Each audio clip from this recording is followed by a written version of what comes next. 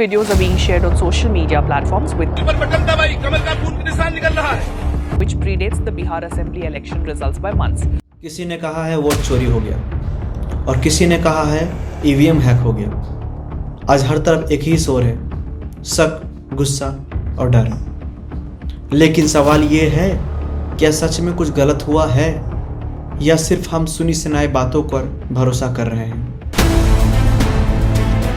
मैं आपको बता रहा हूँ, ईवीएम के बिना नरेंद्र मोदी चुनाव नहीं जीत सकता है। पूरी हसरतों का इल्जाम हर बार हम पे लगाना ठीक नहीं। वफा खुद से नहीं होती, खता ईवीएम की कहते हो। नमस्कार दोस्तों, मेरा नाम सुमित कुमार मिश्रा है और ना ही मैं कोई जज हूँ, ना ही कोई मैं नेता और ना ही मैं किसी पार्टी का समर्थक। मैं सिर्फ एक आम नागरिक हूँ जो सिर्फ अपने सबसे बड़े अधिकार वोट के बारे में सच जानना चाहता हूँ। आज इस वीडियो में ना कोई आरोप होगा, ना कोई भड़काव, सिर्फ सबूत होगा और सिर्फ सच। कुछ मतदाताओं द्वारा दोहरे मतदान के आरोप लगाए गए, सबूत मांगने पर जवाब नहीं मिला। ऐसे मिथ्या आरोपों से न तो चुनाव आयोग डरता है और न ही कोई मतदाता।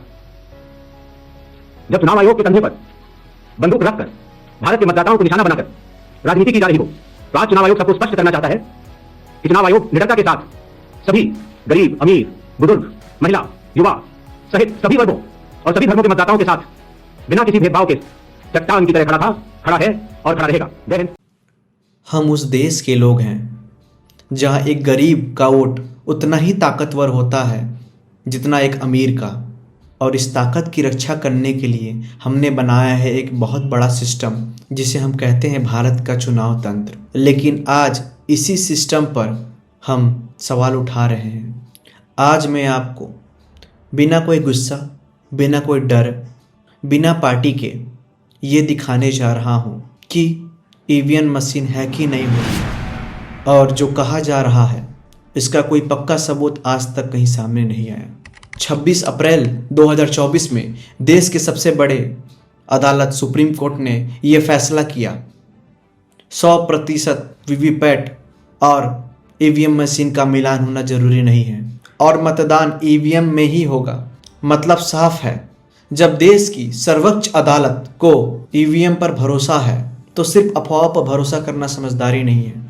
जब सुप्रीम कोर्ट से पूछा गया कि आपको ईवीएम मशीन पे भरोसा है, तो सुप्रीम कोर्ट ने जवाब दिया, शक के आधार पर पूरे चुनाव तंत्र को गलत नहीं ठहरा सकते।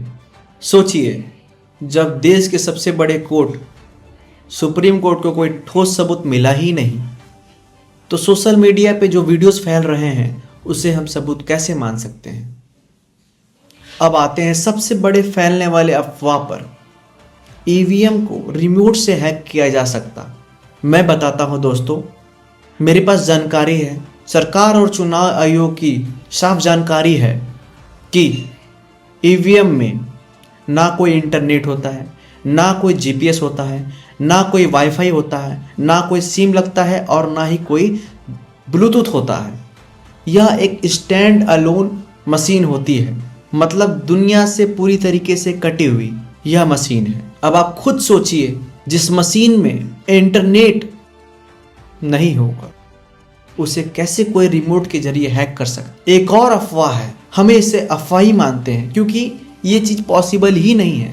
अब एक सवाल जो सब पूछते हैं, ट्रक या गोदाम या रास्ते में चेंज हो गया हो? सुनने में शायद फिल्मी लगता है दोस्तों, लेकिन सच्चाई ये है कि जब मतदान हो जाता है तब ईवीएम को बंद कर दिया जाता है, तो वो सिर्फ मशीन नहीं रहती है, वह एक सील्ड एविडेंस बन जाता है।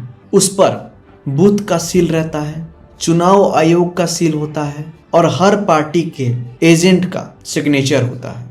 दोस्तों, हर पार्टी के एजेंट का सिग्नेचर होता है। अब ध्यान से समझिए, अगर रास्ते में ईवीएम मशीन को बदल दिया जाए तो सबसे पहले सील टूटेगा या सील गायब होगा, और ऐसा होता है तो चुनाव तुरंत रद्द की जाएगी। सबसे बड़ी बात यह है कि जब ईवीएम पैक होती है उस वक्त सभी पार्टियों के एजेंट मौजूद रहते हैं, और जब गिनती के लिए निकलती है तब भी वहां उनके एजेंट मौजूद रहते हैं। सभी पार्टियों के एजेंट। तब ये कैसे संभव है कि मशीन को बदला या छेड़खानी किया जा सकता है उस पर? जहाँ ईवीएम मशीन रहता है वहाँ 24 घंटे सीसीटीवी कैमरा, पुलिस और हर पार्टी के एजेंट उपलब्ध रहते हैं। यहाँ तक कि मैं बता रहा हूँ आपको दोस्तों, आज सिर्फ डिजिटल वोट ही नहीं, हर वोट के साथ एक कागज भी सबूत जुड़ता है। आज सिर्फ डिजिटल वोट ही नहीं, कागज भी एक सबूत होता है जिसे वाट पेपर कहते हैं, VVPAT। ये भी मशीन ईवीएम मशीन से जुड़ा रहता है एक वायर के जरिए। जब आप ईवीएम मशीन में प्रेस करते हैं किसी भी वोट को देने के लिए, तो जिसको भी आप वोट देते हैं उनका चुनाव चिन्ह उस पेपर पे प्रिंट होता है और बैलेट बॉक्स में गिर जाता है, और वो जब प्रिंट होता है तब आपको दिखता भी है।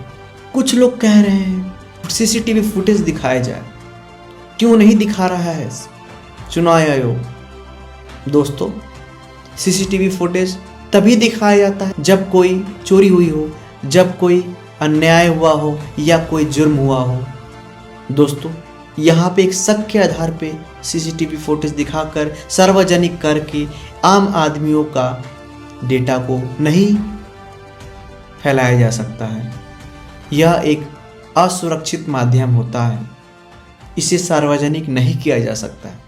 दोस्तों, हम गुस्सा कर सकते हैं, हम सब कर सकते हैं, हम वीडियो शेयर कर सकते हैं, लेकिन बिना पक्के सबूत के इतने बड़े तंत्र, चुनाव तंत्र पे सवाल उठाना गलत होगा।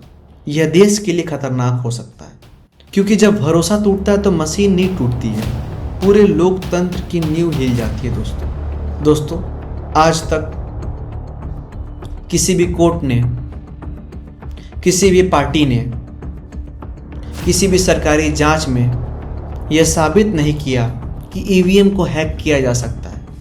हो सकता है हर सिस्टम में कमी हो, लेकिन जब सबूत ना हो तो आरोप सच नहीं होता। आप सवाल पूछ सकते हैं, आप नाराज हो सकते हैं, लेकिन आप पहले सच जानिए, क्योंकि अफवाह लोकतंत्र को कमज़ोर बनाती है और सच उसे मजबूत। आरोप लगाना आसान होता है दोस्तों, लेकिन सच ढूंढना हिम्मत का काम होता है।